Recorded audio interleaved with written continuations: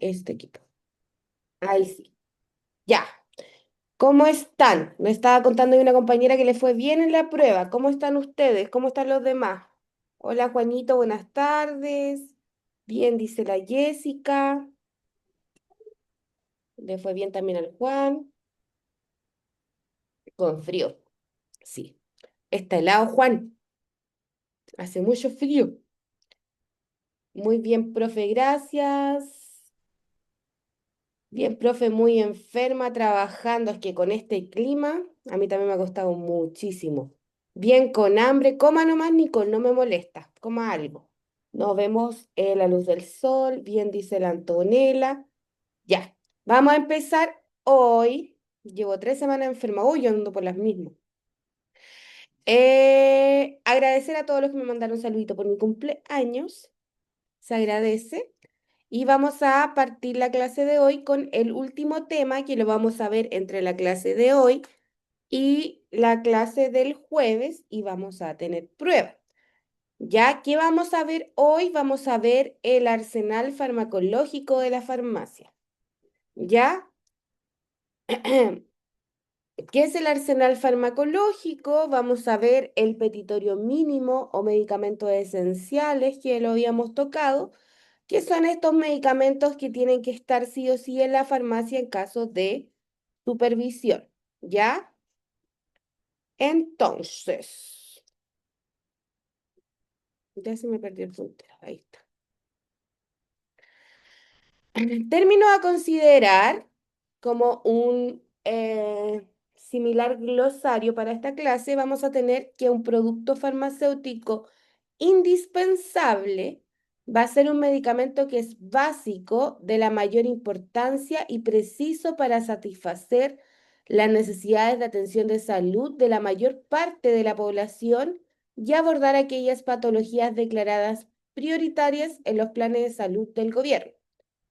Por ejemplo, patologías declaradas prioritarias serían las que son GES, como puede ser hipertensión, diabetes, epilepsia, Parkinson, y así el listado de estas patologías que son declaradas prioritarias, ¿ya? Y también un arsenal se va a evaluar según el lugar o zona, ¿ya? Porque no va a ser lo mismo estar, por ejemplo, en un lugar o en una zona geográfica, a ver, quizás burdo el ejemplo que voy a dar, pero con mucho polen, por ejemplo, va a tener en su arsenal una gran cantidad de antialérgicos, ¿ya? Porque va a ser una necesidad geográfica, ¿ya? Es con eso donde uno va a ir estimando los consumos, según la zona geográfica, según la estacionalidad, según las fechas importantes. Otro ejemplo medio burdo es, por ejemplo, post 18 de septiembre, probablemente la farmacia va a enriquecer su arsenal en antiácidos, ¿cierto? Hidratantes, En hidratante, muy bien, conocemos lo que se necesita para el 18. sueros, El sueros. suerox, ¿cierto? Vamos a ir adquiriendo medicamentos que van a ser utilizados según la estacionalidad.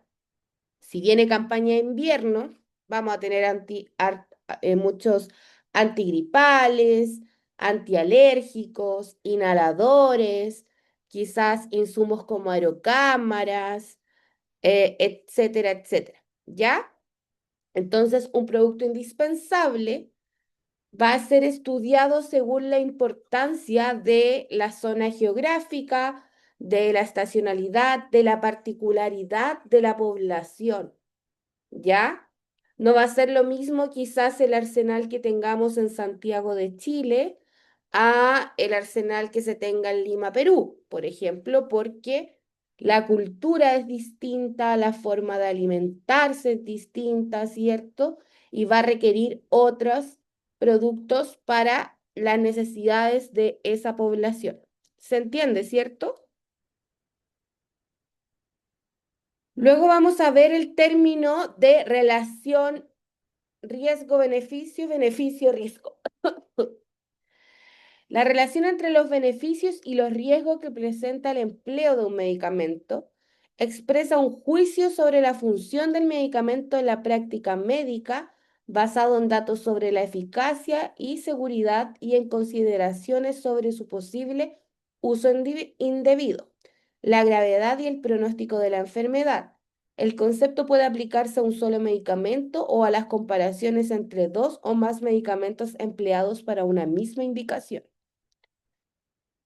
Un ejemplo de relación riesgo-beneficio podrían ser los productos oncológicos, como hablábamos hace unas clases atrás, que probablemente el producto en sí me va a causar múltiples reacciones adversas como la caída del pelito, bajada de peso, em, quizá vamos a contraer más infecciones porque vamos a tener las defensas bajas, pero el beneficio de usar ese antineoplásico puede ser que disminuya el nivel de células cancerígenas o incluso que entremos a remisión, ¿cierto? Entonces, el beneficio es más potente que el riesgo de tener esta reacción adversa de que se me caiga el pelito, por ejemplo. Entonces, al ser el beneficio mayor al riesgo, se aprueba ocupar el medicamento, ¿ya? Cuando habla de comparar dos medicamentos, puede ser que un medicamento sea menos eficaz, pero más seguro, y otro medicamento sea más eficaz, pero menos seguro. Y entonces ahí es donde el profesional médico va a tener que evaluar qué medicamento o qué opción va a utilizar, ¿cierto? Evaluando qué es lo más importante, que sea eficaz, que sea seguro, etcétera, etcétera. ¿Ya? Esa es la relación que se va jugando entre el beneficio y el riesgo del uso de fármacos. Luego vamos a tener otra comparación que va a ser la efectividad en función del costo, en donde vamos a relacionar el costo midiendo su valor monetario y su efectividad, ¿ya? Y ahí vamos a ver, quizás vamos a tener un medicamento que es más económico, pero que probablemente voy a tener que utilizar por más tiempo para que me haga efecto, o aunque lo utilice más tiempo, igual no me va a hacer el mismo efecto que otro que puede ser de mayor costo, que sí me haga el efecto, ¿cierto? Entonces ahí hay que ir comparando para tratar de llegar a un medicamento que sea lo más eficaz posible, pero a un menor costo de bolsillo, ¿ya? Y ahí también se va jugando esa relación.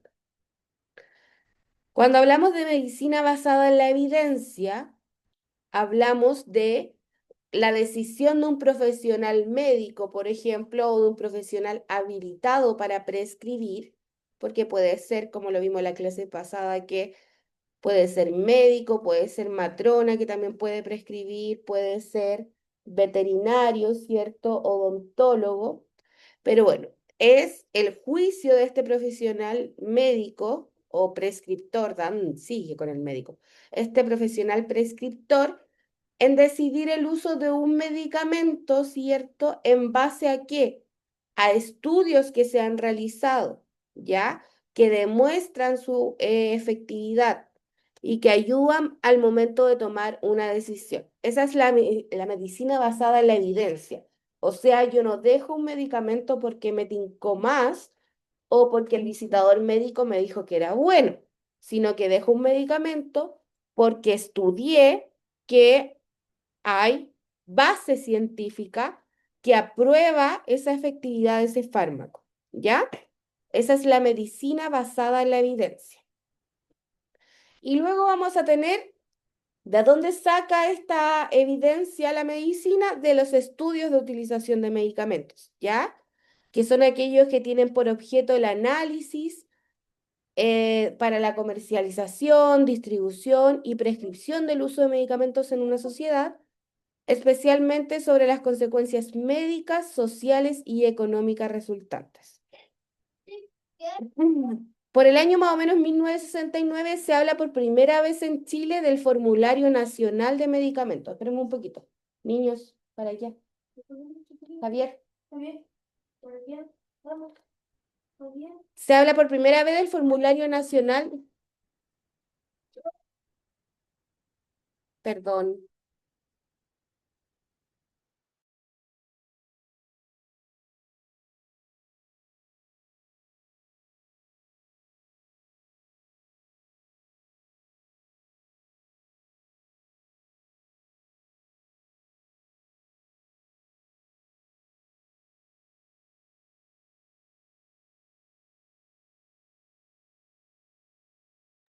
Lo siento, discúlpenme. Ya. En 1969 entonces se habla por primera vez en Chile del Formulario Nacional de Medicamentos, que esto va a ser una nómina de fármacos esenciales que van a estar identificadas por su denominación común, o sea, por su...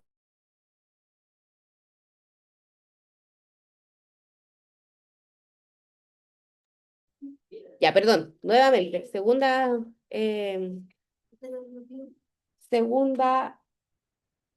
espérame, Joaquín, segunda interrupción. Ya. Voy a retomar porque me perdí. Hasta yo me pierdo, lo siento. Ya, entonces, en 1969 hablamos primera vez del Formulario Nacional de Medicamentos como una nómina de fármacos esenciales identificados por su DCI. Ya, el DCI es su nombre genérico, ¿cierto? El nombre del principio activo, como lo hablábamos en la clase pasada. No es el nombre de marca, sino que el nombre del principio activo o del genérico. Entonces, habla de estos fármacos esenciales por su denominación común, por su forma farmacéutica, su dosis y su uso indicado, ¿ya? La finalidad de hacer este listado es permitir una eficiente terapéutica sustentada en la carga de morbilidad que teníamos en esos tiempos. Convengamos que estoy hablando de 1969. Yo todavía no estaba ni en la mente de mis padres. Entonces, según la morbilidad de esos años, crearon este listado que claramente se enfocaba a las patologías de ese momento. El tema es que ese listado no ha sido tan actualizado y estamos en el año 2025. 69, 79, 89, 99, 2009, 2019, o sea, casi 60 años atrás, si no me equivoco, ¿no? ¿Saqué bien los cálculos? Sí, ya. Em, la epidemiología local y la evidencia científica cuya calidad debe ser garantizada. O sea, hablábamos de cuáles eran las enfermedades más comunes como la morbilidad, cuál era la epidemiología. La epidemiología se refiere a la cantidad de enfermedades, a la cantidad de bacterias o microorganismos que estaban presentes en ese momento y a la evidencia de ese instante de que eran efectivos. ¿Ya?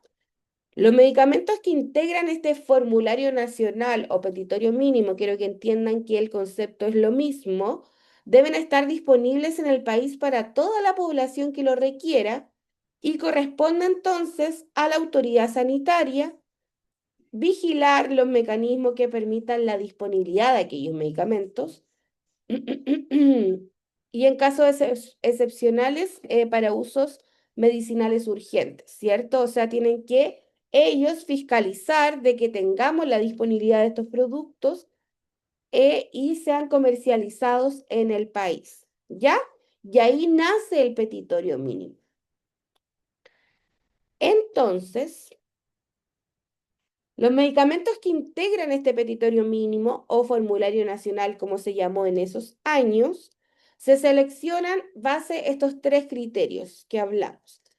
De la eficacia y la seguridad del riesgo, que era este concepto que hablamos de la relación riesgo-beneficio, ¿cierto? Ver qué tan eficaz y tan seguro es. Va a evaluar, por lo tanto, se evalúa la eficacia y la seguridad, que nos va a decir sobre una adecuada relación beneficio-riesgo Y también habla de un tema de costo, o sea, vamos a ver la eficacia, la seguridad y el costo de este producto. Y además tiene que cumplir con los principios de la medicina basada en la evidencia, en especial en estos que son incorporados en las normas clínicas, guías terapéuticas o protocolos que se aprueben para abordar las patologías de mayor prevalencia y aquellas prioritarias en el marco del objetivo sanitario del país.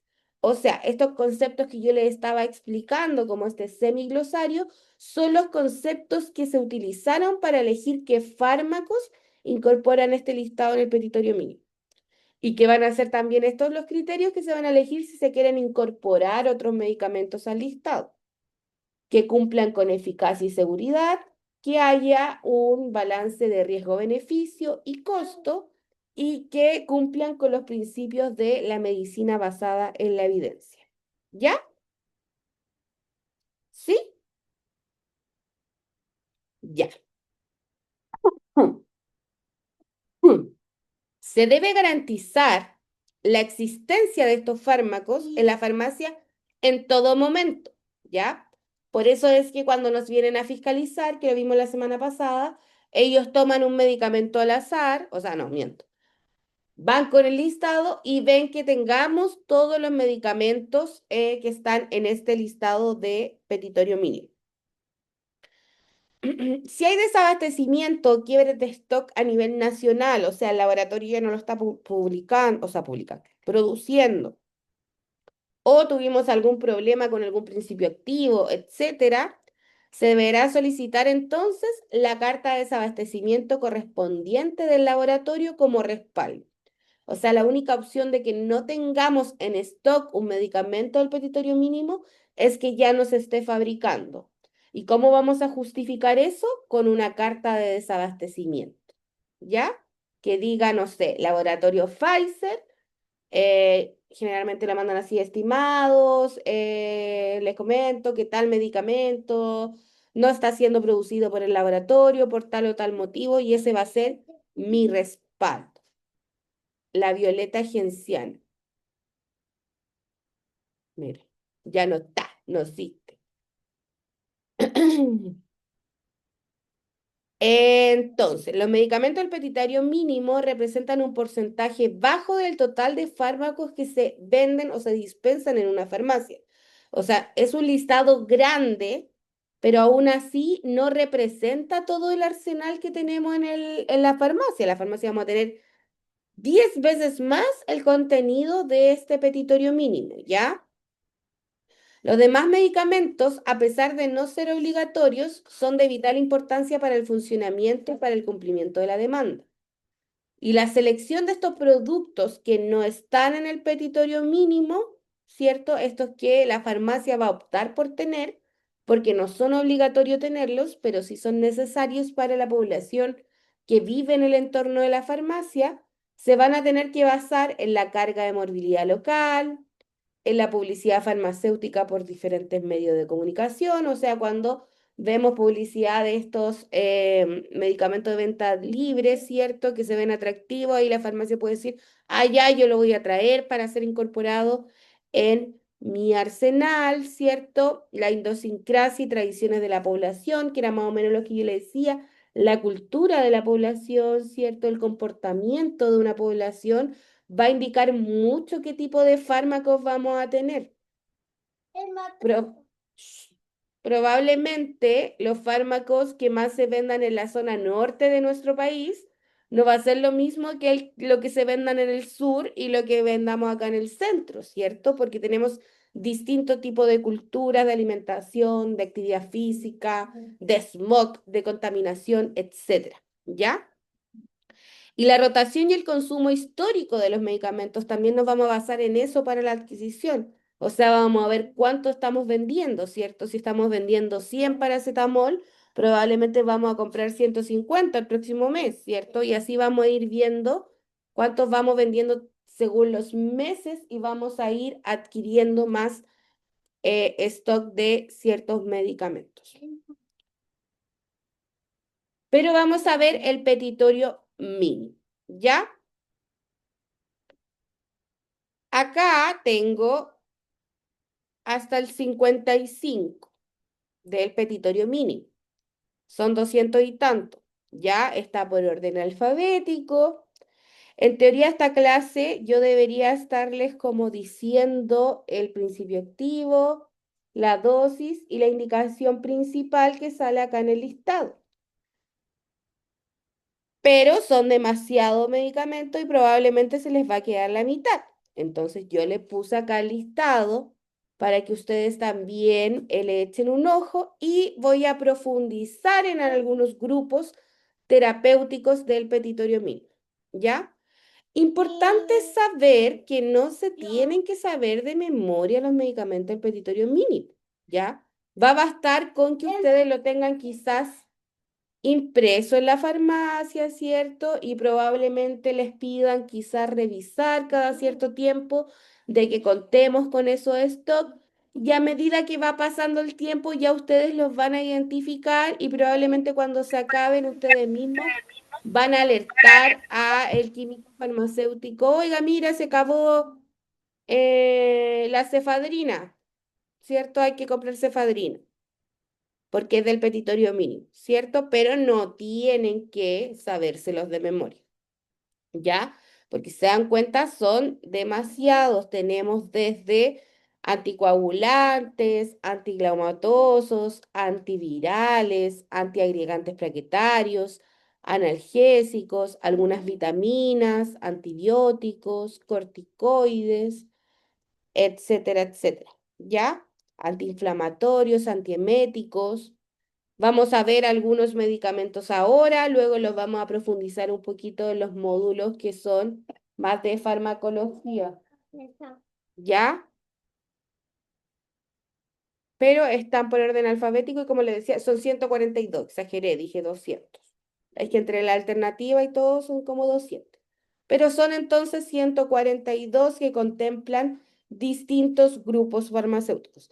Pero yo voy a tomar algunos grupos farmacológicos y vamos a ir viéndolos uno por uno ya y viendo cuáles son estos que se incorporan a estos grupos farmacológicos porque si no va a ser muy lateral la clase si les voy leyendo uno por uno los 142.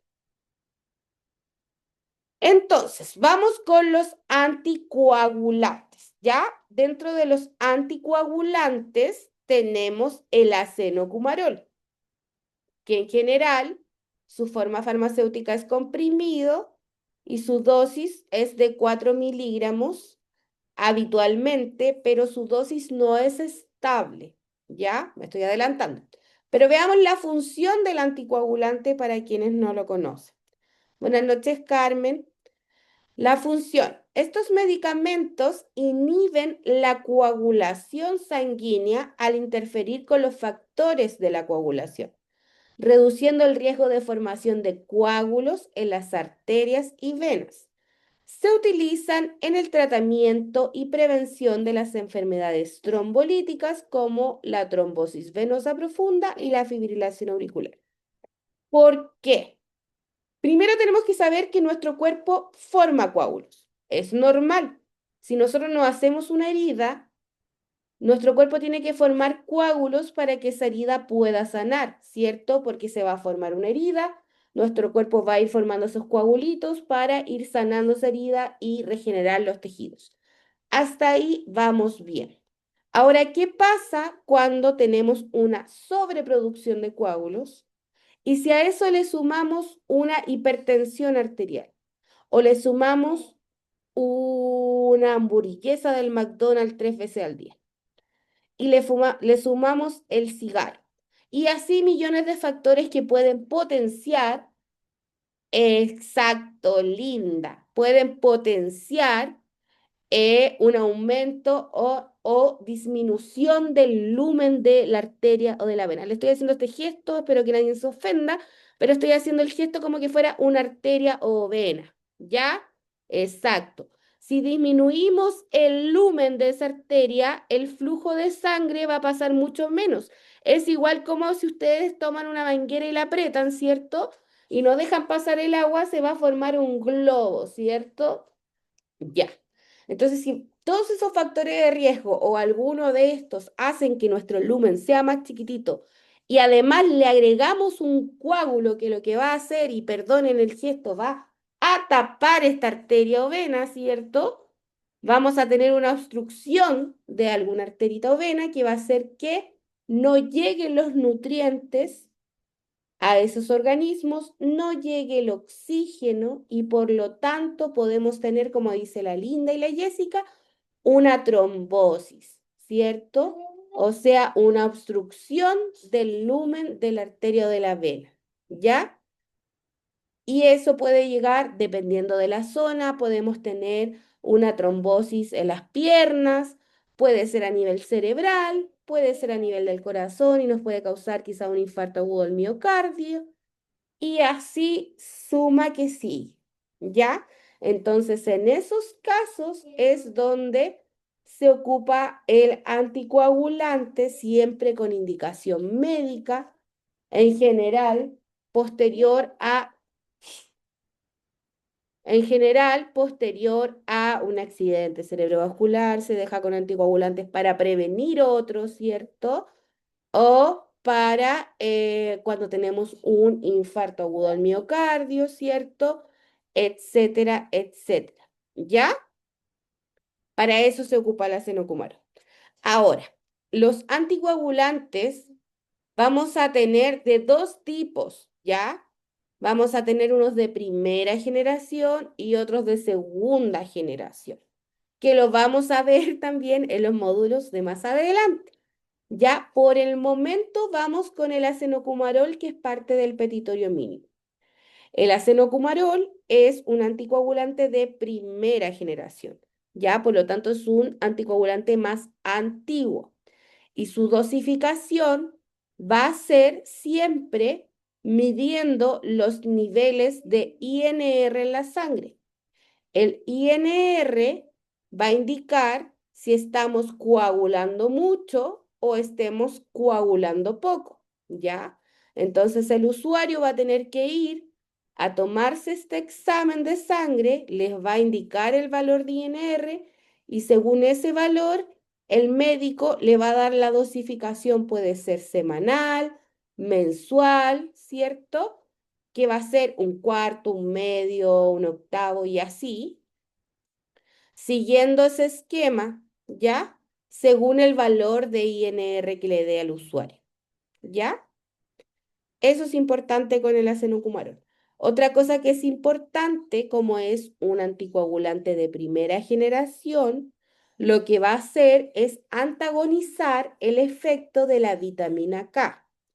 La vitamina K es un precursor de la formación de coágulos, ¿ya? Ella ayuda a formar el coágulo. En una persona sana, tomar vitamina K va a ayudar a la formación de coágulos, ¿ya? Entonces lo que hace el acenocumarol es inhibir la acción de la vitamina K, cosa de que no ayude a formar coágulos, ¿ya? ¿Entendimos? Traté de ser súper clara. Dígame, Susan, ¿quién no entendió? Pero préndame el micrófono porque No, no entendí lo último de que acenocumarol es de primera generación o no. sí, es de primera generación. Tenemos anticoagulantes de primera generación y de segunda generación. O sea, Ya. los que se crearon primero y los que se crearon segundo. Y lo otro es sobre la vitamina K. ¿Qué es lo que pasaba? La vitamina K actúa en la cadena de la coagulación, por lo tanto ayuda a formar coágulos. Es como el combustible para formar coágulos, se ocupa la vitamina K. Entonces, ¿qué hace el acenocumarol? Saca la vitamina K del juego para que no se forme coágulo. Ah, Antagoniza se llama eso. Lo inhibe. ¿Se entiende? Entonces inhibe sí, la vitamina K y así no formamos el coágulo. ¿Ya? ya, muchas gracias. Ya. Otra cosa importante del acenocumarol, vayan ahí, es que como antagoniza la vitamina K, los usuarios que toman acenocumarol no deben consumirlo con alimentos ricos en vitamina K. ¿Ya? ¿Cuáles son los alimentos ricos en vitamina K? La selga, el brócoli, vegetales verdes en sí, la palta, por ejemplo, la cebolla, dice la Jessica, muy bien. Entonces, por convención internacional, se dejó que el acenocumarol se toma a las 5 de la tarde porque así está alejado del almuerzo y alejado de la cena, ¿ya? Entonces, como recomendación en general, se toma en ese horario, alejado de estas comidas, y se le pide además al usuario que en su dieta habitual baje los niveles de alimentos que sean ricos en vitamina K. Muy bien. ¿Sí? Muy bien. Todo esto lo vamos a profundizar mucho más después, ¿ya? Vamos con lo que sigue. Después tenemos los antiagregantes plaquetarios, que no es lo mismo que los anticoagulantes, ¿ya? Desde la misma base tenemos que cuando tenemos una herida, ¿cierto? Vamos a, en una persona sana, ¿cierto? Sin factores de riesgo, que tenemos el lumen de la arteria y la bacteria, de la arteria y de la vena en buenas condiciones, ¿cierto? Uno se hace una herida o dañamos algún vasito, el cuerpo naturalmente, ¿qué va a hacer? Va a traer coagulitos para poner ahí en la herida, ¿cierto? Y también se van a unir plaquetas, ¿ya? Porque las plaquetas son parte de la sangre y son parte para regenerar ese tejido también. Entonces, en condiciones normales, una herida se nos van a añadir plaquetas.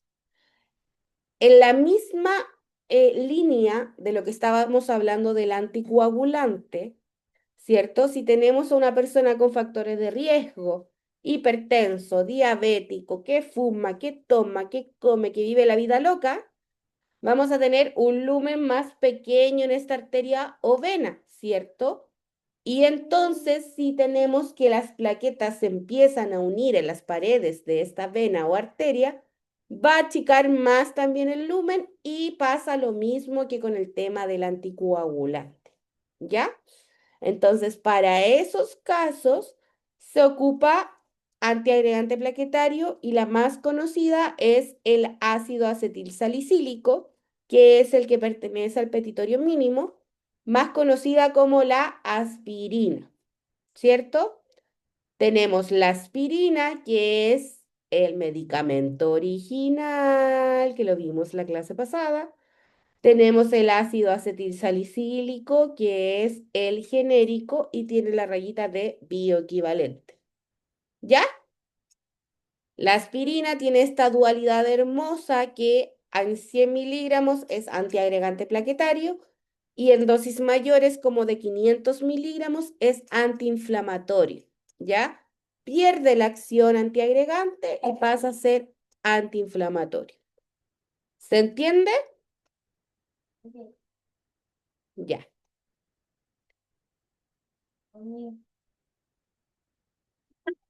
Luego, dentro de este petitorio mínimo, vamos a tener múltiples antihipertensivos que van a controlar, por lo tanto, la presión alta, ¿ya? Dentro de esto tenemos el atenolol en comprimido de 50 y 100 miligramos, posología más común una vez al día, captopril de 25 miligramos, se puede utilizar cada 8 horas, pero esto ya es para más crisis hipertensivas, ¿cierto? Se ocupan en urgencia para bajar más rápido la presión, porque son de acción corta, ya el captopril te va a bajar la presión rápido, pero no va a sostenerlo durante el tiempo.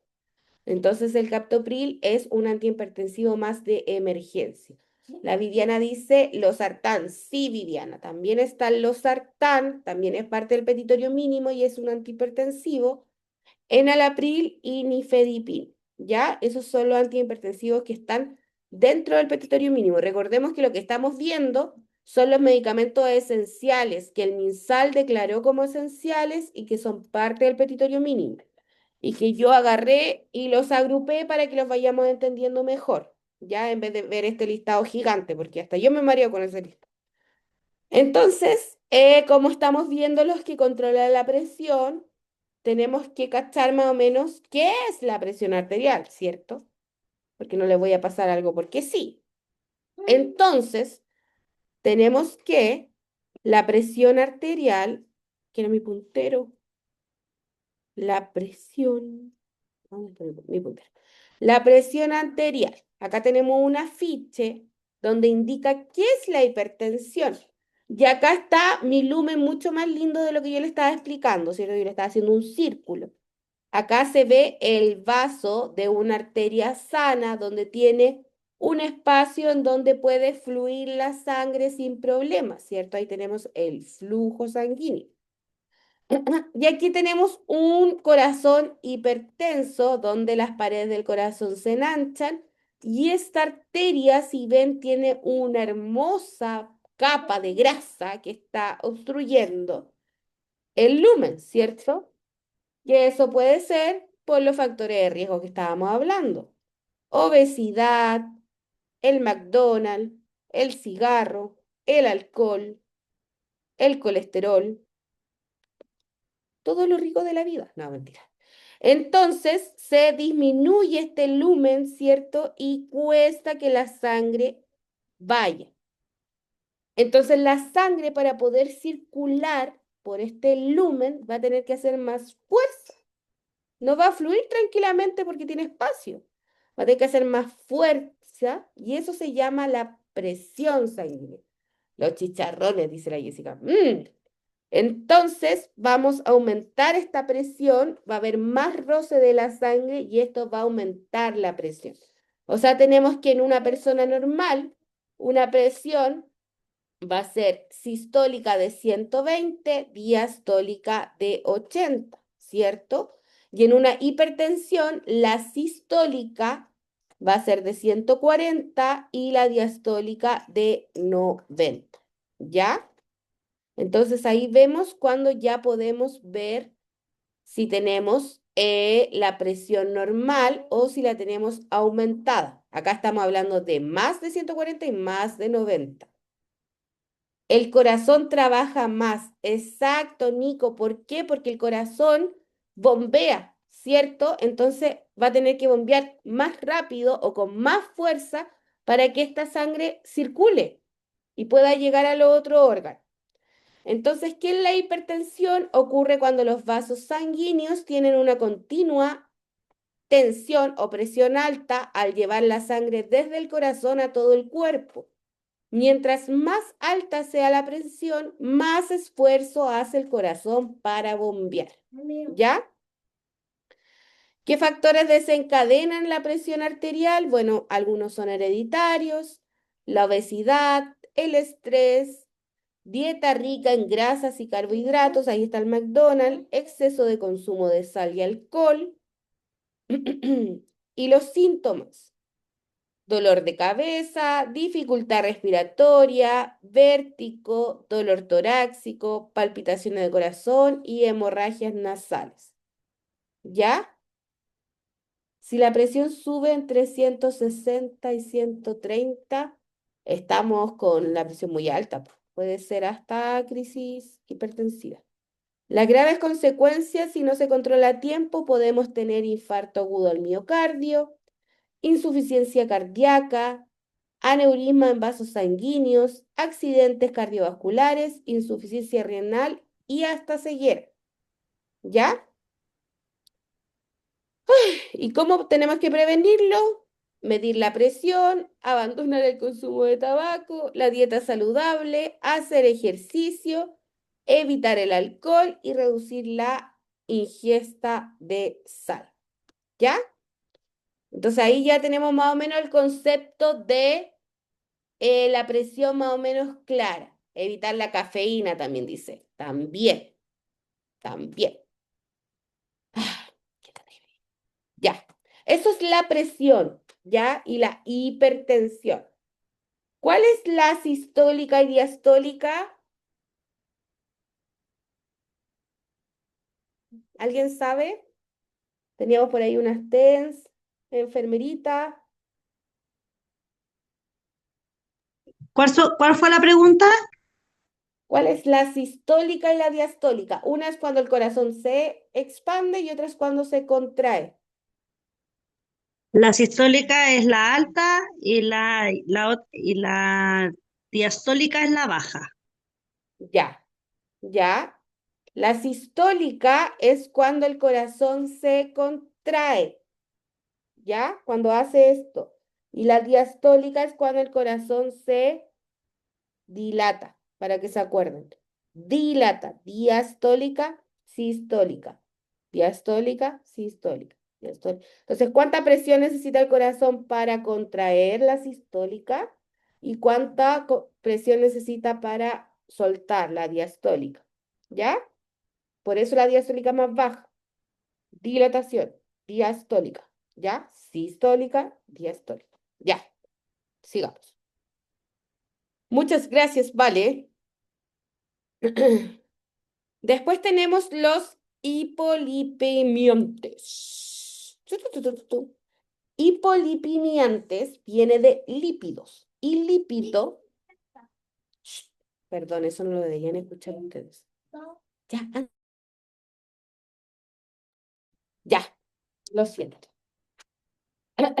Entonces, vuelvo, los hipolipemiantes vienen de lípidos y los lípidos es grasa. Muy bien, Grisel. Y la grasa es colesterol y triglicéridos, ¿ya? Que es esta grasita que veíamos en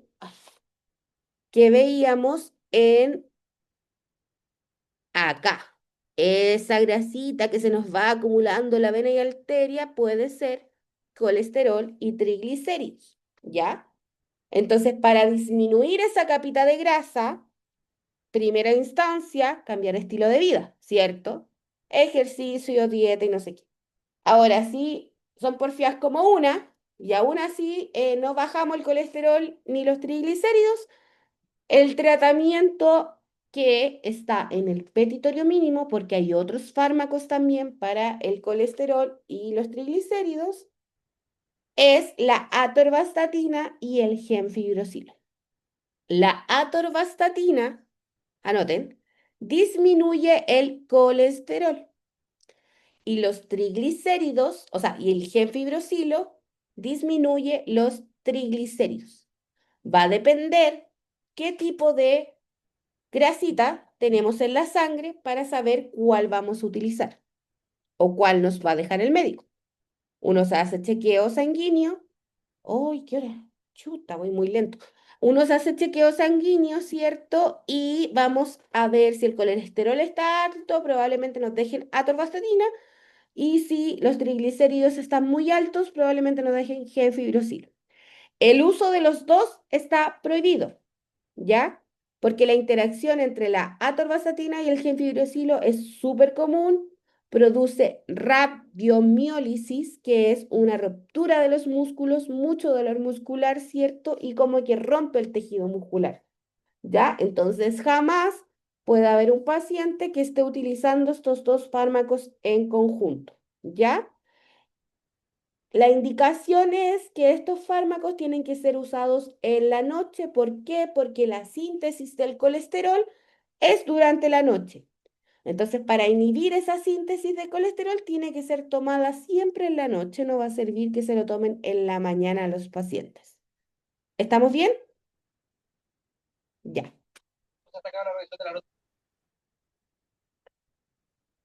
Luego tenemos dígame, Jessica. Pero eso tiene que ver, por ejemplo, en la actividad que realizan, porque, por ejemplo, gente que trabaja de día y tiene que dormir de noche, en esas cosas así, igual el medicamento es en la noche, aunque tengan que hacer actividad en la noche, Ah, la podría ser, pues caminata, si duermen la durante caminata, la... claro, la caminata en la noche revisando, por ejemplo, no sé, pues, si alguien entra, si alguien sale, los serenos, los guardias, la policía, No, es cuando estás en proceso cuando se de duerme, se vigilia. activa esta, exacto, de vigilia. Entonces, Eso proceso es, de vigilia. sí, Ya, mi amor. gracias, profesora. Ya luego tenemos los antiarrítmicos. Ya los antiarrítmicos que están en el petitorio mínimo es la miodarona y la digoxina. Ambos son comprimidos y en general su posología es una vez al día. La arritmia, entonces, hay que definirla primero que nada, es un trastorno del ritmo cardíaco, ya que se manifiesta como una alteración en la frecuencia del corazón. Puede ser que los latidos van demasiado rápidos, taquicardia, o que los latidos van demasiado lentos, bradicardia. También vamos a tener quizás latidos irregulares como palpitaciones, que de repente va bien y de repente hace muy rápido, o va bien y de repente va muy lento, y así, ¿ya? Y estos medicamentos actúan en las arritmias cardíacas. Vamos a hacer el break de 10 minutitos. ¿Ya? Volvemos a las 8. Todavía nos queda. Volvemos en 10 minutitos.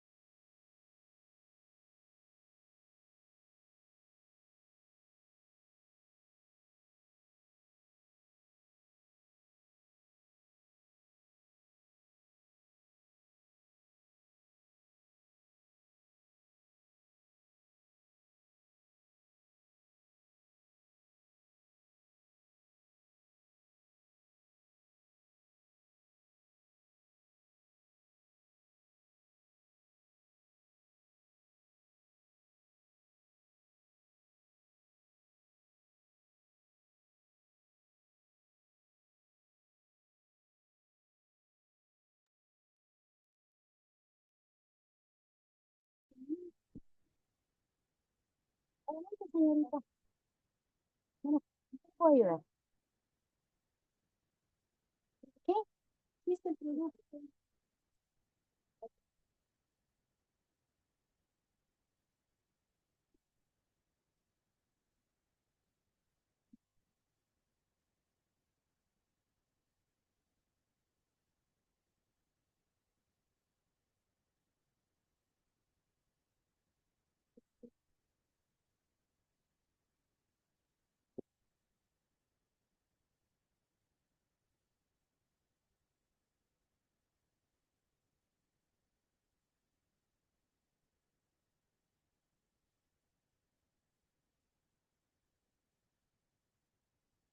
¿Para qué la necesita?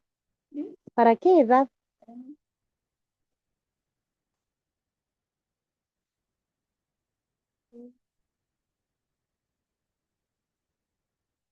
¿Me daría solo?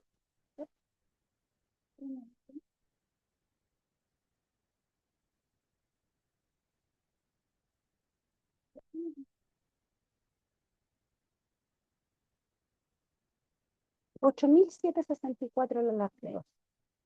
Se toma una cucharadita, un vasito de agua. Tiene como sabor a manzanita. No es mal. Ya. No, no. ¿Ah? No, no es fibra. Yo se lo doy a mi hija. Rosa ahora. Mantener fuera de los alcance de los niños. Dice, la rosa es serpiente esencial de manzana verde. Agua purificada. No, no, no. No, yo se la doy a mi niñita, tiene 13 años. Cuando anda muy apretadita le doy.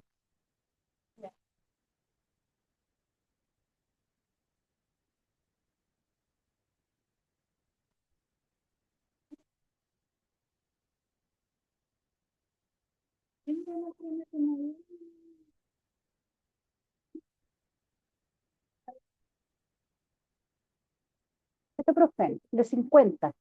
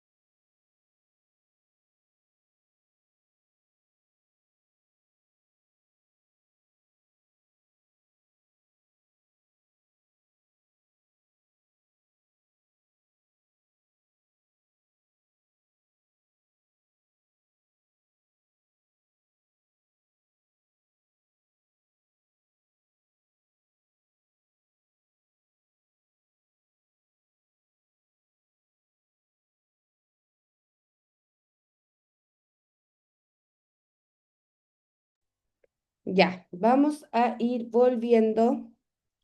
Levánteme la manito, ¿quién está?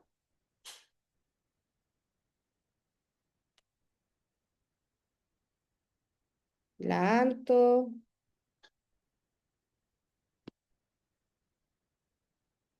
la Carmen, la Karen, la Linda, la Claudia, la Jenny.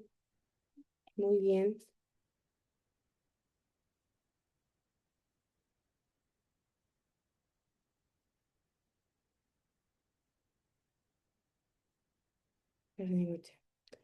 Ya, linda, pero yo apenas termine la... Vayan bajándome la manito nomás, niñas. La Jenny, la Linda, la Carmen. Apenas termine, tú sabes que se procesa la clase y la subo. ¿Ya? La Susana. Ya. Sigamos entonces. Luego tenemos el tratamiento para la hiperuremia. La hiperuremia son niveles de ácido úrico en la sangre, ¿ya? Altos niveles de ácido úrico en la sangre. La gota es un tipo de artritis que ocurre cuando el ácido úrico se acumula en la sangre y causa inflamaciones en las articulaciones, ¿ya? Entonces, vamos relacionando. Cuando tenemos altos niveles de ácido úrico en la sangre, podemos llegar a tener gota. La gota es un tipo de artritis que ocurre cuando este ácido úrico que está en exceso en la sangre causa inflamaciones en las articulaciones. ¿Ya? Voy a, voy a bajarle estas manitos porque si no, creo que tienen dudas. Ahí le bajé a la Susana y le bajé a la... Entonces hay dos tipos de gota. Está la gota aguda, que es una afección dolorosa que normalmente afecta a una sola articulación, o sea, por ejemplo, en un dedito, en el pie, etcétera. Y luego tenemos la gota que cuando ya es crónica, que se refiere a episodios que son repetitivos de dolor e inflamación por este ácido úrico. Como sale aquí en la imagen, acá tenemos la articulación que va a estar hinchada e inflamada y ahí tenemos los cristales de ácido úrico porque tenemos mucho en la sangre, ¿ya?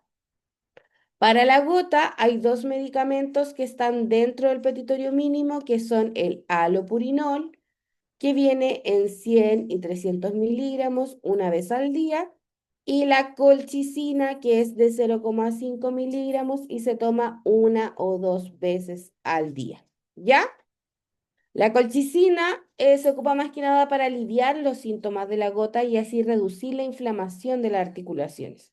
Y además, ambos fármacos disminuyen el ácido úrico en sangre. ¿Se entiende entonces qué es la gota? Ya.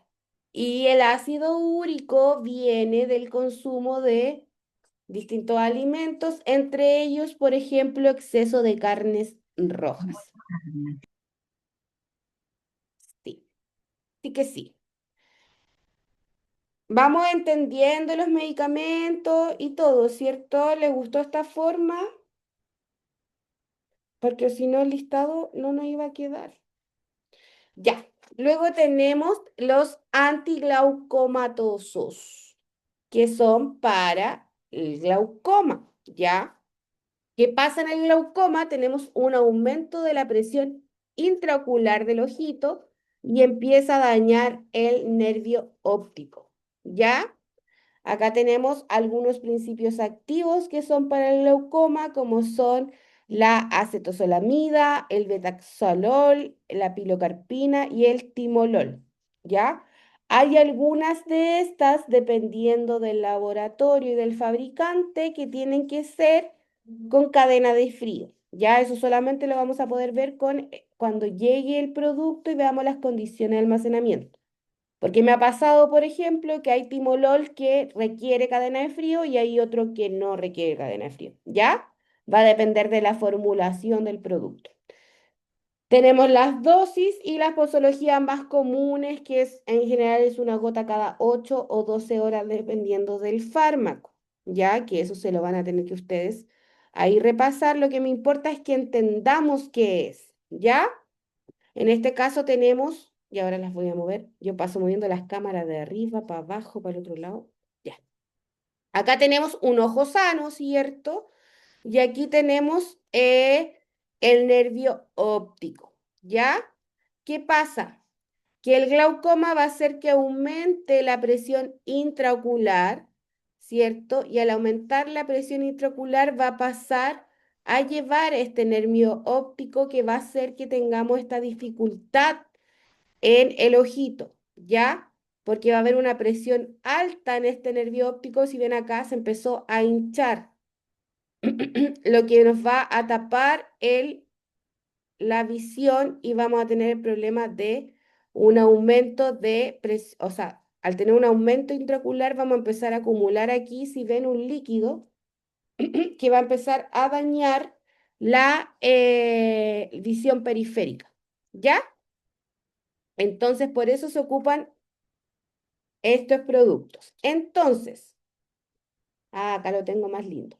El glaucoma es una enfermedad de los ojos que puede causar ceguera si no se trata a tiempo. Ya ocurre cuando la presión dentro del ojo aumenta demasiado, dañando el nervio óptico, que es el encargado de enviar las imágenes al cerebro. Es como si una manguera de agua tuviera demasiada presión y terminara dañando el grifo. Al principio el glaucoma no causa síntomas, pero con el tiempo puede afectar la visión, empezando por la pérdida de la visión lateral, que es la periférica, o sea, empezamos a ver menos de al lado, ¿cierto? Y después llega a la visión que es la central, ¿ya? El glaucoma no tiene cura, chiquillos, pero con estas gotas o láser o cirugía podemos controlar o evitar la progresión del glaucoma, ¿ya? Por eso es importante hacerse un chequeo regularmente de los ojitos, sobre todo si tenemos antecedentes familiares.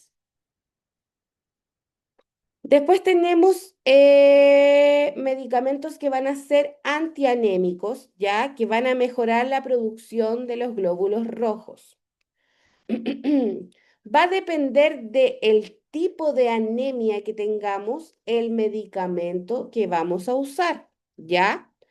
Tenemos en este caso ácido fólico y sulfato ferroso, que son parte del petitorio mínimo de la farmacia, ¿cierto? Acá tenemos el ácido fólico y el sulfato ferroso, ya sea en comprimido o en gotitas, dependiendo si es para bebés o para adultos. Más que repetirle lo que dice la tabla, porque sé que se la pueden estudiar y leer, me importa nuevamente entender cuáles se ocupan, ¿ya? Y eso va a depender del tipo de anemia que tengamos. Si tenemos una anemia que es ferropénica, ¿ya? Vamos a tener entonces un déficit de hierro, ¿ya? Que puede ser por una mala alimentación o porque tenemos una pérdida de sangre en sí, ¿ya?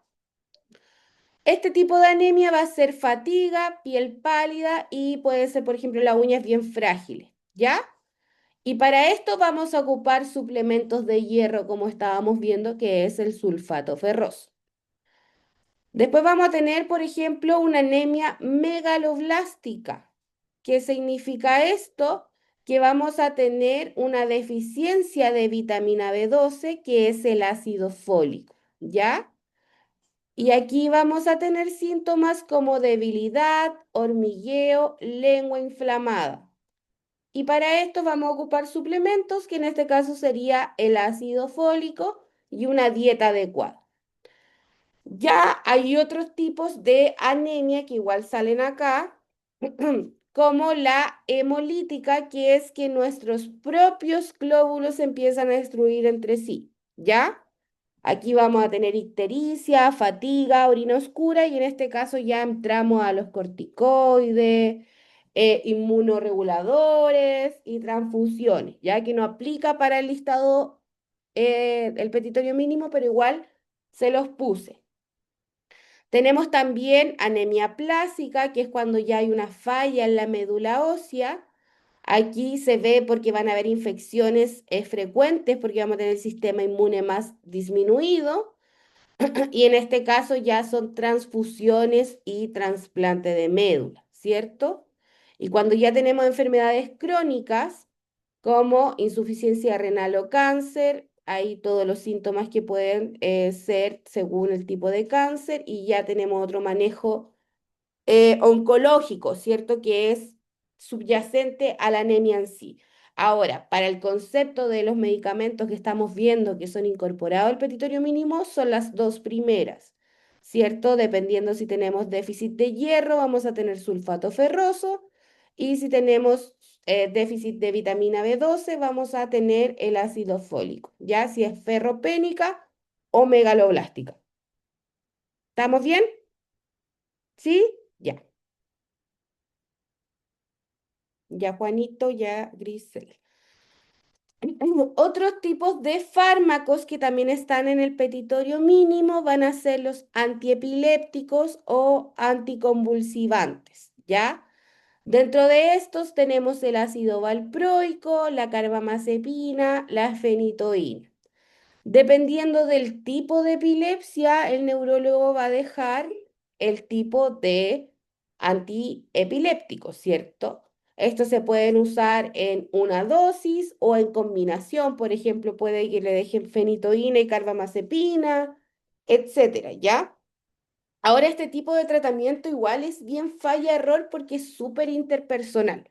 Hay personas que van a ir súper bien solo con la fenitoína y hay otros que van a seguir convulsionando y vamos a tener que agregarle otro o vamos a tener que cambiárselo. Es muy cómo reacciona la persona, entonces hay mucho de prueba-ensayo de los neurólogos, ¿cierto? Que le van a dejar uno y vamos a ver cómo va evolucionando, control cada cierto tiempo y vemos si mantenemos ese otro. Entonces yo no les podría decir ya.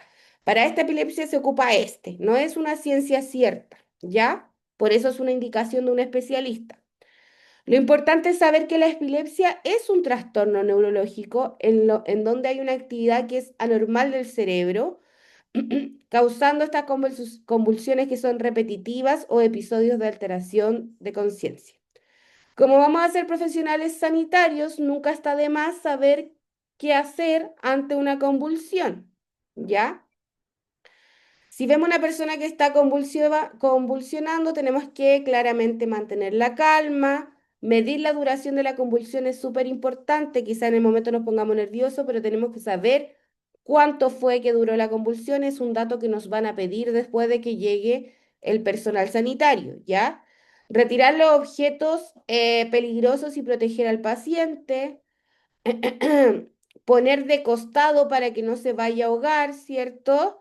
No introducir objetos en la boca ni intentar abrírsela a pesar de que nos ponemos un poco impotentes porque puede que se esté mordiendo la lengüita, no hay que introducirle nada a la boca ni tratar de abrírsela y sobre todo proteger la cabeza. Ya no hay que sujetarla, sino que tratar de que no se pegue en la cabecita, mientras que llegue el personal sanitario correspondiente. ¿Ya?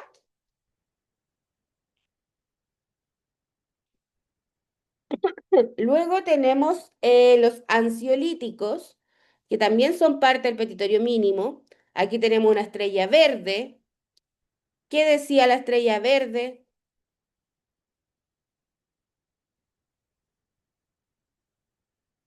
Psicotrópico. Muy bien, ya. Son psicotrópicos, ¿cierto? Tenemos el alprazolam, clonazepam, lorazepam. Ah, me habían respondido por el chat, muy bien. Y diazepam, ¿cierto? Depende del tipo de uso porque son ansiolíticos, pero también se ocupan como antidepresivos en algunos casos. Va a ser la posología que se va a utilizar, ¿ya? Por lo tanto, los ansiolíticos son medicamentos utilizados principalmente para tratar la ansiedad y trastornos relacionados. Actúan sobre el sistema nervioso central. Su efecto lo hacen en los receptores GABA, lo vamos a ver más adelante, no se preocupen, y promueve los efectos sedantes y relajantes. Ya, eso respecto a los ansiolíticos. Ah, no, voy bien, ya.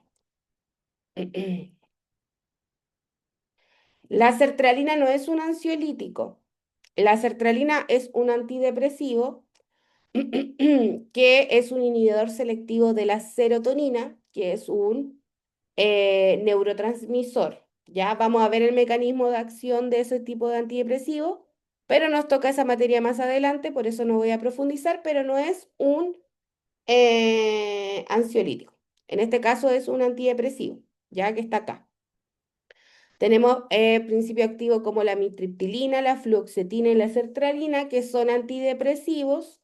Ya hay comprimidos y cápsulas, y ahí está la posología más común. En general se inicia con una vez al día. Hay algunos que requieren ir en escalada, como la sertralina y la fluoxetina, o sea, no nos van a dar un comprimido inmediatamente, probablemente nos van a dar medio comprimido por una semana, luego van a subir a uno y así vamos a ir escalando y viendo porque hay algunas personas que sufren bastante efectos adversos cuando inician antidepresivos, ¿ya? Entonces se va titulando, se dice así, se va a ir en escalada.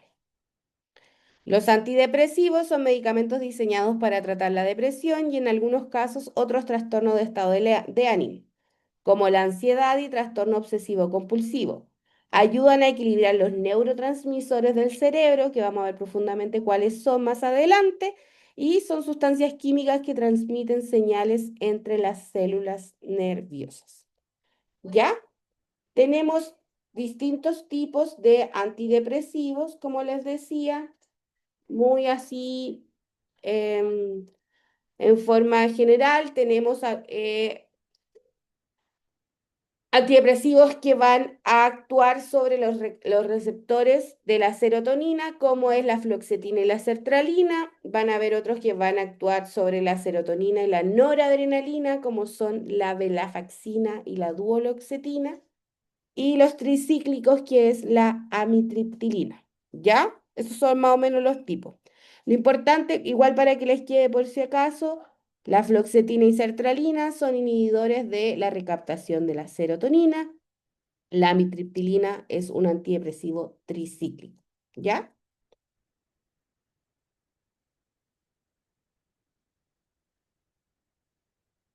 Y ahora tenemos los antivirales. Tenemos que hacer la diferencia entre un hongo o un agente micótico, para que suene más bonito, una bacteria y un virus, ¿ya? Son distintos tipos y van a ser distintos tipos de infecciones. En general, los virus no son tratados, ¿ya? Solamente son tratados en ciertas patologías. Por ejemplo, en el herpes y la varicela, ¿ya? En el herpes y la varicela vamos a utilizar algunos antivirales y los que están dentro del petitorio mínimo es el aciclovir y el valaciclovir, ¿ya? El aciclovir hay en crema, ungüento, comprimido, y el valaciclovir en comprimido parece que hay en crema, no estoy segura. Y son de acción corta, por lo tanto van a ser 5 veces al día, cada 4 horas y así, ¿ya? El aciclovir. Lo que les decía es que los virus en sí no se tratan y solamente en estas dos patologías sí vamos a tratarlas, pero si tenemos, por ejemplo, un resfrío viral, eh, no van a haber antivirales para ese resfrío. Ya vamos a usar tratamiento sintomatológico. ¿Qué significa eso? Vamos a hacer tratamiento para los síntomas, para la congestión, para el dolor de cabeza, para la tos, pero no vamos a usar antivirales, ¿ya? Y luego tenemos los antibióticos, que esos sí son para las infecciones bacterianas, ¿ya? Las infecciones bacterianas son de bacterias y en este caso hay distintos tipos de infecciones. Hay infecciones a la piel, hay infecciones del tracto urinario, bronquitis, pulmonar, etcétera, etcétera. Ya en general se dejan antibióticos, el antibiótico siempre es con receta médica. En algún momento el antibiótico era solo con presentación de receta, ¿ya? O sea, uno iba a la farmacia, mostraba su receta que tenía un antibiótico, le daban su antibiótico, le devolvían la receta. Hoy en día, debido al mal uso que le están dando al antibiótico, porque piensan que cualquier dolor o falencia se puede tratar con antibiótico, un dolor de muela, lo que sea, es que hoy en día la receta de antibióticos es receta retenida, ¿ya? No con control de saldo, sino que te retienen la receta para que tú no puedas ir a otra farmacia a comprar otra caja de antibióticos, ¿ya? Importante eso. Hoy en día la condición de venta de los antibióticos, escúchenme, se van a acordar de mí, es receta retenida. No se les vaya a olvidar, ¿ya? Si un cliente va a la farmacia y les pide que le vendan un antibiótico sin receta, no se puede, ¿cierto? Bueno, tenemos entonces la amoxicilina y generalmente se utiliza para infecciones respiratorias, igual que la citromicina.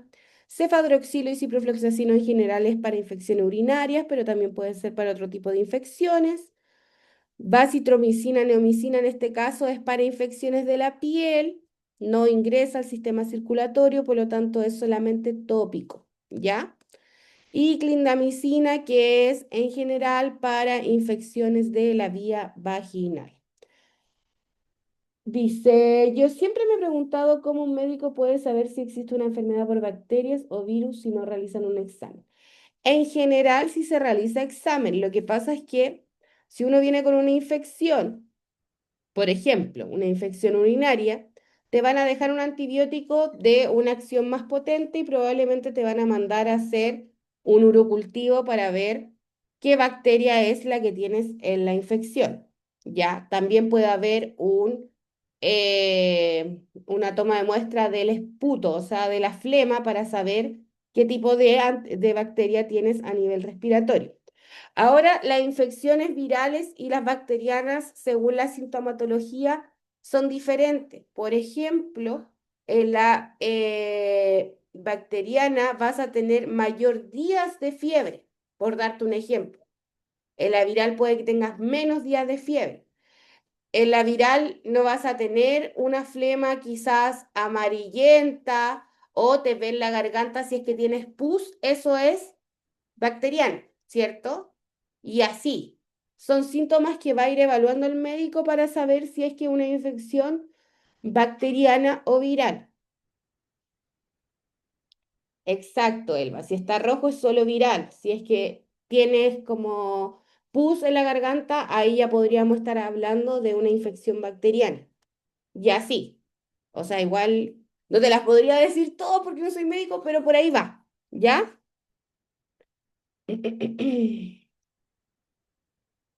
Acá tenía un resumen más o menos. Dice entonces, los virus son microorganismos más pequeños que dependen de una célula huésped para reproducirse. O sea, el virus tiene que entrar al cuerpo para que se replique, para que se reproduzca. En cambio, las bacterias pueden vivir de forma independiente, por ejemplo, en un alimento que nosotros consumamos, va a ir creciendo en este alimento y cuando ya lo comamos ya va a estar mucho más reproducida la bacteria, ¿ya? Las enfermedades más comunes del virus pueden ser resfriado, gripes, el COVID y la varicela, ¿cierto? Y las bacterianas vamos a tener infecciones urinarias, neumonía bacteriana, amigdalitis estreptocócica. Síntomas, vamos a tener fiebre en el virus, pero piola, fatiga, dolor muscular, secreción nasal y tos seca. En cambio, las bacterias vamos a tener una fiebre mucho más alta, inflamación, pus, dolor localizado y tos con flema. ¿Viste? Ahí ya estamos viendo la diferencia. El virus generalmente dura entre 5 a 10 días y la bacteria puede durar más tiempo sin tratamiento o hasta que se use el antibiótico. Y el tratamiento en el virus claramente no se ocupa con antibióticos, porque ustedes ya saben que su profesora dijo que no se ocupaban antibióticos. Se usan antivirales solo en algunos casos, que en este caso sería herpes y varicela, y se manejan los síntomas y harta hidratación y analgésico, ¿ya? Y cuando son infecciones bacterianas, se tratan con antibióticos según el tipo de bacteria y la gravedad de la infección. ¿Vamos bien hasta ahí?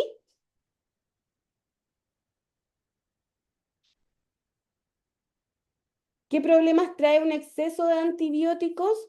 tenemos problemas a nivel del cuerpo en sí, porque vas a empezar a matar las bacterias que viven en nuestro cuerpo, porque nosotros tenemos bacterias que colonizan nuestro cuerpo en sí, ¿ya? Tenemos nuestra flora bacteriana común. Por ejemplo, tenemos una flora bacteriana en el tracto digestivo, que nos va a ayudar a combatir a las otras bacterias. Tenemos una flora bacteriana a nivel de la vía urinaria, ¿cierto? Entonces, si nosotros tomamos mucho antibiótico, vamos a matar a esta bacteria en sí, a nuestra bacteria que coloniza nuestro cuerpo y que es como la bacteria buena, y va a tener, como dice la Elba, por ejemplo, que nos va a dar una infección por cándida, ¿cierto? Porque vamos a matar a esta bacteria buena y nos podemos infectar.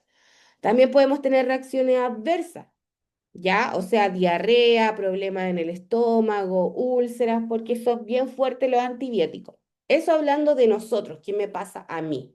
¿Qué pasa cuando tenemos una infección o no tenemos una infección y nos tratamos con antibióticos? Estas mismas bacterias de nuestra flora empiezan a descubrir mecanismos para combatir al antibiótico. Ya esto igual que una guerra. Entonces van los soldados antibióticos y como no teníamos infección, las bacterias dicen, oh, mira, tiene esta pistola que podríamos, no sé, atajarla con un escudo. Entonces todas las bacterias van a tener escudo. ¿Ya? ¿Se entiende? Entonces cuando tengamos una infección real, va a llegar esta armada de antibióticos y van a empezar a disparar, pero ya todas las bacterias van a tener su escudo. Entonces ese antibiótico no va a hacer nada. ¿Ya? No sé si se entendió, quizás fue muy burdo el ejemplo, pero yo por lo menos así lo entiendo mejor. Entonces ahí se crea la resistencia bacteriana. Entonces va a llegar un instante, claro, va a llegar un instante en que no vamos a tener qué antibiótico usar porque la bacteria ya está súper resistente, súper potente y súper buena. ¿Ya? Eso. Pero también lo vamos a profundizar más adelante. Y luego tenemos los antiparasitarios que son para parásitos, ¿ya? Elimina los parásitos intestinales. En Chile en realidad no es tan común tener parásitos, ¿ya? Pero han aumentado el consumo de estos medicamentos porque tenemos mucha población amiga que ha venido de otros países en donde ellos sí usan mucho el antiparasitario. No sé si tengo alguno de mis alumnos que me pueda apoyar en este contexto, pero por lo menos ellos, por lo que yo entiendo, por lo menos yo trabajaba con un auxiliar que era colombiano, ellos se antiparasitaban cada 6 meses, por ejemplo, o una vez al año. Ya es como también parte de su tratamiento habitual. Jessica, dígame. Mire, yo estuve un tiempo en Brasil y ahí se desparasitaban como cada 2 veces al año. Y según la región de Brasil que fuera, porque había lugares donde habían muchos parásitos y que por Dios que eran feos y asquerosos, y hay otras en que no era tanto, pero de que se desparasitan a veces casi 2 veces al año, sí. Y vieran las cosas Mm. que salen. Sí, sí, sí, sí. Es que depende, a eso era con lo que la Elba me dice, y eso es recomendable, es que ahí depende también de la zona geográfica, de la cultura, de hasta los microorganismos que conviven ahí. Quizás allá es mucho más frecuente el tema Profesora, quizás, disculpe, es que también es por el agua. El agua que se consume es diferente a la de aquí es más tratada, en cambio la de allá no es tanto. Lo digo porque mi exacto. país es así. Muchas gracias, Karen. Por eso decía, es un tema de la ubicación, de la localización, de el agua incluso, como decía Karen, va a darnos otro tipo de consumo de o sea, de tratamientos farmacológicos. Quizá acá, como les decía yo en Chile, no es tan común y ni tampoco es tan necesario, pero en otros países sí se hace. Acá, claro, nos hacen hacer el examen de la S y con eso sabemos si tenemos parásito o no. Allá se ocupa como preventivo también, ¿cierto? O sea, nos vamos a antiparasitar porque probablemente tengamos por el agua, como dice Karen, algún parasitito, entonces lo vamos a eliminar. ¿Cachai? ¿Cachai? Perdón. ¿Se entiende? Sí. Ya. Bueno, ahí tenemos el albendazol y el mebendazol, ¿ya? En comprimidos, también hay en jarabe para los niños. En la parte rural se debe hacer con la triquina. Sí, sí se entiende, sí, ya. Maravilloso. Ahí, ahí. Bueno, y aquí tenemos entonces como más o menos un resumen de la diferencia entre virus, bacterias, hongos y parásitos, ¿ya? Decíamos que los virus necesitan estar en el cuerpo para poder multiplicarse, en cambio las bacterias son más independientes, son seres vivos unicelulares, la mayoría de ellas son benéficas, salvo algunas que pueden causar bacterias. Cuando hablamos de que algunas son benéficas, hablamos de esta misma flora que tenemos nosotros en nuestro mismo cuerpo, ¿cierto? Y también hay bacterias que se ocupan para la formación incluso de alimentos. Tenemos algunas enfermedades más conocidas como la cólera, el tétano, la salmonosis. Claro, las bacterias pueden causar enfermedades, pero también hay bacterias que colonizan nuestro cuerpo y que nos ayudan a mantenernos sanos. Por eso dicen que hay muchas que son benéficas. Los virus más conocidos o enfermedades más conocidas está la influenza, el SIDA y la hepatitis C. Tenemos otros hongos, o sea, los hongos son organismos más primitivos, presentes en todos lados, la mitad de ellos son dañinos y provocan infecciones. Ay, que ando tonta con la lengua. Las enfermedades más conocidas, por ejemplo, es el pie de atleta, la omnicomicosis, que es cuando tenemos honguito en la uña, y la candidiasis vaginal. ¿Ya? Y también tenemos los parásitos, que era lo que estábamos viendo recién. Son organismos vivos que benefician causándole daños a otros, ¿ya? Pueden ser desde organismos unicelulares hasta otros más complejos como las lombrices. Tenemos la malaria, la cistercosis y la giardiasis. Eso. Ahí tenemos la diferencia entre las distintas bichitos. También tenemos analgésicos y antipiréticos. Ya, analgésicos es para el dolor, antipiréticos es para la fiebre, para bajar la fiebre. ¿Ya? Tenemos, por ejemplo, la aspirina en comprimidos, 500 miligramos cada 4 a 6 horas. Aquí vemos que en 500 miligramos, en dosis más altas, ya actúa como antiinflamatorio. Tenemos el paracetamol, que puede estar en comprimidos, supositorios, solución oral. El paracetamol, como les decía, es analgésico. Distinto es el analgésico del antiinflamatorio, ¿ya? O sea, el paracetamol te va a ayudar al dolor, pero si es una inflamación, no te va a desinflamar. Eso también es importante que lo sepan, ¿ya? Y tenemos el metamizol, o más conocido antiguamente como la dipirona. No es un AINES, dice la Griselda. Claro, no es un antiinflamatorio no esteroidal. El ibuprofeno es antiinflamatorio, exacto.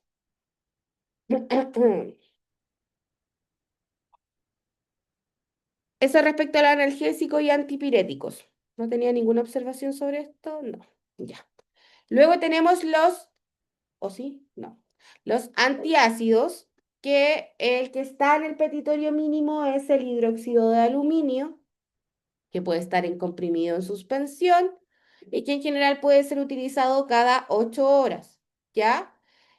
El hidróxido de aluminio actúa principalmente como un antiácido no absorbible. ¿Qué quiere decir esto? Que no se absorbe a la sangre, sino que hace como una capa en el estómago, ¿ya? Su mecanismo de acción consiste en que va a neutralizar y a reducir la acidez gástrica, lo que eleva el pH del contenido estomacal y alivia los síntomas asociados a la hiperacidez, ¿ya? Porque hay que saber que en el estómago vamos a tener niveles bajos de pH, ¿cierto? El pH es una escala en donde los números más bajos van a ser ácidos y los números más altos van a ser básicos, ¿ya? Entonces, en el estómago tenemos más o menos un pH entre 2 y 3, ¿ya? Un pH ácido. Entonces, este hidróxido de aluminio recubre y en cierto modo reduce ese pH ácido. Y ahí está, al reducir el pH significa que va a aumentar el pH, ¿cierto? Porque vamos a tener pH más altos. No va a ser 3, va a ser 5, 6, ¿ya? O sea, vamos a aumentar el pH. Esto se ayuda mucho con las úlceras gástricas, sí, sí, porque recubre y calma la acidez, porque es súper incómodo andar con el tema de la acidez, sobre todo si tenemos ulceraciones. El Gaviscon también es hidróxido de aluminio, pero es otra marca, ¿ya? Tenemos entonces el Philips y este que es genérico. Y luego tenemos entonces algunas vitaminas que están en el petitorio mínimo, como es el ácido ascórbico, más conocido como la vitamina C, el ergocalciferol, que es la vitamina D, y también tenemos la vitamina ACD, que es la que se le da a los gorditos chiquititos cuando están pequeños. Estos son los que están incorporados en el petitorio mínimo. Tenemos que saber que hay vitaminas que son hidrosolubles y hay vitaminas que son liposolubles, ¿ya? Hidrosolubles significa de hidro, que son solubles en agua, y liposolubles van a ser solubles en lípidos, ¿sí? Bueno, dentro de las vitaminas hidrosolubles tenemos la vitamina C, que es el ácido ascórbico. Para conocimiento general, porque lo vamos a ver igual después, la vitamina C que va a ser es un antioxidante que aumenta el sistema inmune, por lo tanto vamos a tener un sistema inmune más reforzado, prevenimos infecciones, ayuda a la cicatrización y mejora la absorción de hierro, ¿ya? Entonces, si necesitamos hierro para la anemia, ¿qué anemia era?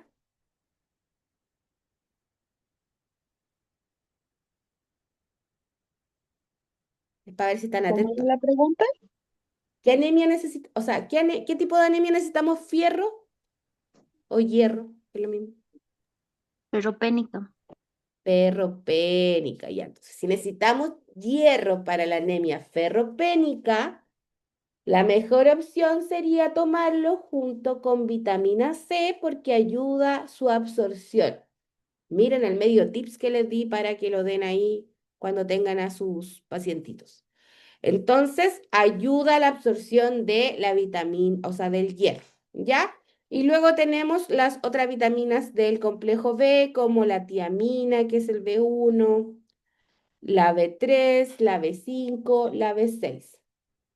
Son hartas vitaminas. Y de las hidrosolubles, o sea, liposolubles, tenemos en este caso la que está mencionada aquí, que es la vitamina D, la vitamina E y la vitamina K. ¿Ya? Que en esta presentación vimos dos. La vitamina K, que, ¿para qué era la vitamina K? Para La los coágulos, la coagulación. formación de coágulos. La coagulación. Muy Evita, bien. evita la coagulación. La coagulación. No, la vitamina K no evita la coagulación. La Ay, vitamina tenía K forma los coágulos. El anticoagulante inhibe a la vitamina K para que no se formen coágulos. Y ahora estamos viendo la vitamina D. La vitamina D también es súper importante para la absorción de calcio, ¿ya? O sea, cuando tengamos un paciente que esté consumiendo calcio por una osteoporosis, artritis o lo que sea, el mejor consejo que le va a dar un auxiliar de farmacia que tuvo clases con esta profesorcita va a ser tómelo con vitamina D, como es el tema del el caldé, por ejemplo, que viene el calcio asociado con vitamina D, porque el calcio sin vitamina D no se va a absorber y no nos va a hacer ni cosquilla, ¿ya? Súper importante, absorbe el calcio y por lo tanto ayuda a la salud ósea, la vitamina D, ¿ya? ¿Sí? Profe, tengo Dígame. una duda aquí. ¿No sería calciferol, la vitamina D, y ergocalciferol, vitamina D2? ¿O hay una diferencia entre esos dos? La vitamina D es el ergocalciferol y esa ¿No sería ayuda, vitamina D2? sí es que hay de uno, de dos, de tres, pero es entrar más allá, pues. Prefiero dejarlo como vitamina D solamente. Y cuando veamos el Ah, tema de vitamina, ahí vamos a separar. ya, perfecto, gracias. Ya, mi amor.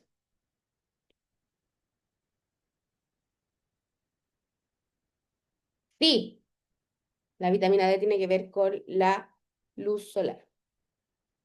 Profe, ¿y solo la vitamina D? ¿Solo la vitamina D qué?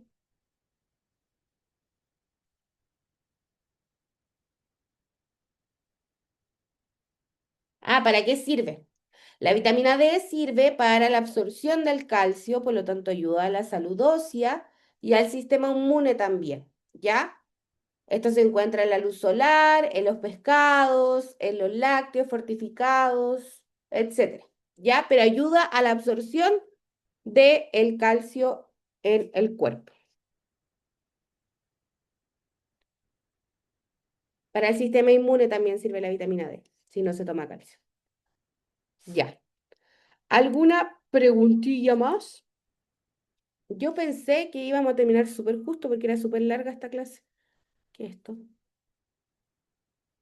¿Alguna duda, consulta, sugerencia, reclamo?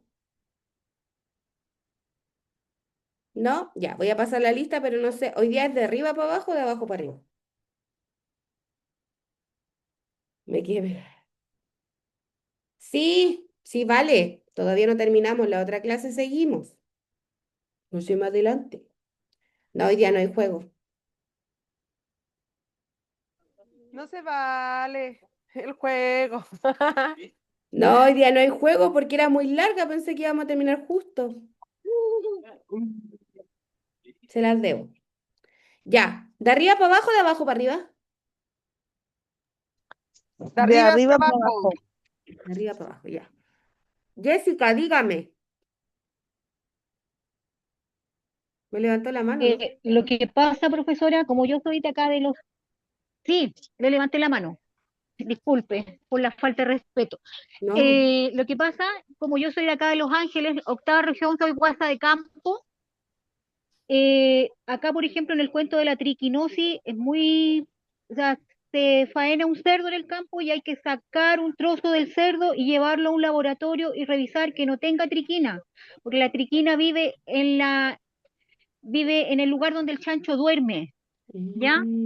Y Mm. si ese bichito se consume, o sea, cocido, el bicho no muere. Si cae en el estómago de uno, los huevitos quedan, el ácido clorhídrico deshace el calcio del huevo y el bichito se queda en el tracto digestivo o a veces se va al hígado o se va a cualquier parte porque son gusanos, son yepos. Sí, po. Entonces acá en el campo es súper minucioso cuando se faena un cerdo, hacer el examen de la triquinosis, porque duerme ahí a veces en los chiqueros y hay que ser muy jodida, hay que limpiar los chiqueros, limpiar las pesebreras de los caballos, de las vacas, también el cuento de la brucelosis, porque son Sí. parásitos que se pegan al ser humano. Entonces, bueno, ese es como mi, mi ayuda, mi reflexión que en este momento se me Muy, ocurre. muy bien, Jessica, Yo un muy buen aporte. Es que soy, ahí se o sea, ve cómo ujú, tenemos la diferencia dependiendo de la zona en la que vivimos, ¿cierto? Y puede ser también acá, en nuestro mismo país. Yo daba el ejemplo afuera porque era el que más conocía. Quizá desconocía un poco el tema de allá en la octava región, pero es súper importante también, pues. Entonces quizá ahí también se pueden hacer exámenes de ese para ver si es que igual tenemos algún parasitito por ahí. por eso es que, bueno, yo tuve la suerte de vivir un tiempo en Brasil y o sea, Y como yo soy de acá de Los Ángeles y soy Guase Campo, o sea, desde niña siempre ya, o sea, se mató el cerdo y antes de matar, de que se vaya a preparar cualquier cosa desde las longanizas, todo eso rico, el trozo de cerdo tiene que ir al veterinario. Ay, me dio hambre. Mejor no Lo comer rico, cerdo, dicen por aquí. Al cerebro se no, va el parásito también, puede ser, sí, sí. también se va a los lugares donde haya eh, mejor lugar proteínico. Se Mm. pega en el cerebro, se pegan los pulmones, se pega en el hígado. Es eso. El cerdo es rico, pero hay que cuidar el cerdo, hay que protegerlo, desparasitarlo por dentro y por fuera, mantener todos los lugares donde duerme. Entonces, por eso que acá el SAG es súper jodido. A veces no son jodidos entre comillas, pero si uno no es más jodida que ellos, de repente pasan cosas, igual que con la brucelosis, con las vacas, o con otro parásito que también hay con los caballos. Entonces, Muchas no gracias, sé, Jessica. Sí, no, nos sirve harto. Gracias. Ya. De arriba para abajo me dijeron, la Susana dice ¿deposiciones?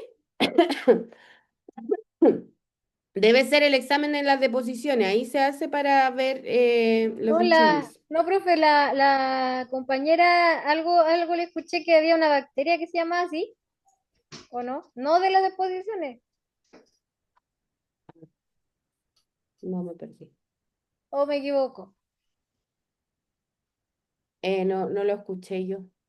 Ay, no importa. Me quedé colgada. Ya, vamos con el listado. Natalia Aguirre, ¿no?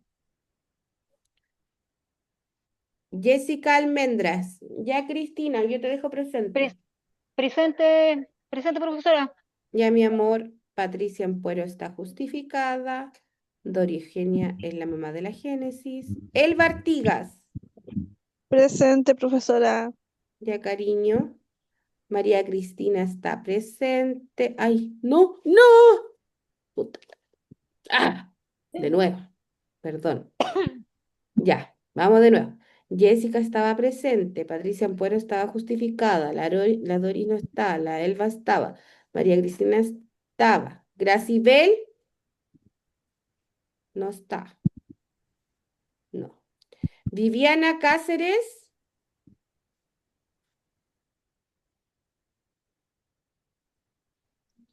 Viviana, yo sí la vi, parece. Viviana Cáceres, Ella estaba trabajando, había dicho. ¿sí? Gracias, Nico. Rosa Cáceres, Aquí presente. ya.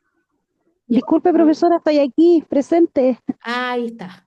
Gracias, Viviana. Jimena Carrasco, ella parece no se conectó más. Profe me puso presente. Sí, mi amor, Rosa Cáceres, gracias. ahí está. Daniela Carrillo, Presente. ya, cariño. Daniela Cartagena, Daniela Cartagena, no la tengo justificada. Juan Carvajal, Presente, profesora. gracias, Juanito. Claudia Cayuján, Presente. ya, mi amor. Valeria Chávez estaba justificada. Claudia Delgado está justificada. Ay, no. Carmen Cisneros, Carmen, Presente, profe. ahí está. La Claudia estaba justificada. Susana Díaz, Presente. ya, cariño. Valeria Farías,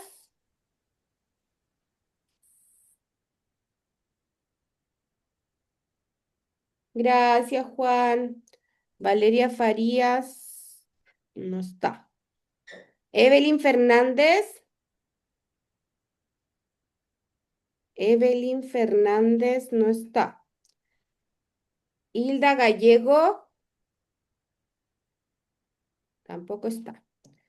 Karen García, Presente, Miss. Ya, Karen. Muchas gracias por la acotación del agua. Patricia Gondrona. Juan, ¿y ya no era tu compañera? ¿No va a venir más? Gondrona. El otro día estuvimos conversando y me dijo que ella había realizado este curso, Ah, pero ya. parece que no va a seguir. Ah, ya. Le voy a preguntar por qué anda para el sur, cuando la vea. Ya. Gracias, Juanito. Ya, Génesis Enríquez. Presente, profe. Ya, cariño. Constanza Herrera me dijo dejar presente. Guardar asistencia. Hasta ahí no me Profe, llegamos. profe. No, Ay. chiquito. Allá voy, allá voy. Ah, ya. Gloria Nostroza. No. Profesora Daniela Valderrama, parece que no sé si me dijo o no la escuché. Estoy de las últimas, si es que no me equivoco. No, todavía no. Allá voy. Ah, ya. Constanza Jiménez. Presente, profe. Ya, mi amor. Antonella Lizardi. Presente, profe. Porque son las que faltan. Por eso están en rojo. Viviana Lobos. Viviana Lobos. Krishna Mella.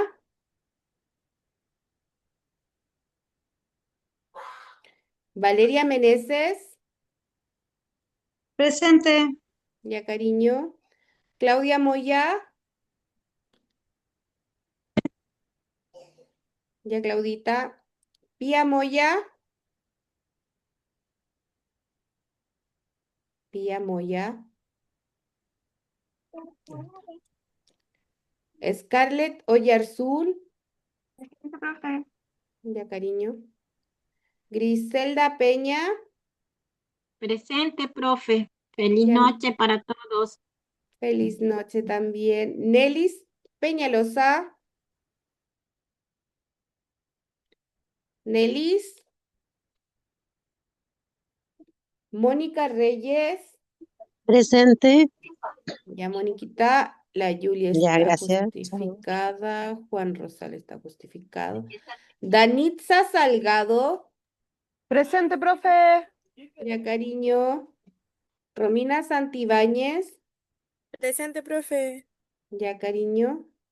Sandra Sarmiento. ¿No está? Nicole Silva. Aquí. Ya, Nico. Jenny Tarapuez. Presente, profe. Ya, mi amor. Diego Torres. Pintarse en la cara. No, nunca apareció. Linda Trujillo. Sí estaba. Presente, profesora. Ya, mi amor. Ahora sí, Daniela Valderrama. Presente. Ya, cariño. Catalina Vidal está justificada. Y Francisca Villatoro. Presente, profe. Sí, mi amor. Estamos. Mira, y terminamos a la hora. Muy bien.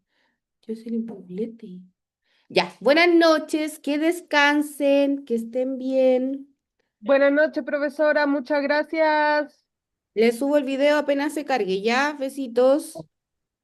Gracias, profe. Feliz noche. Feliz noche.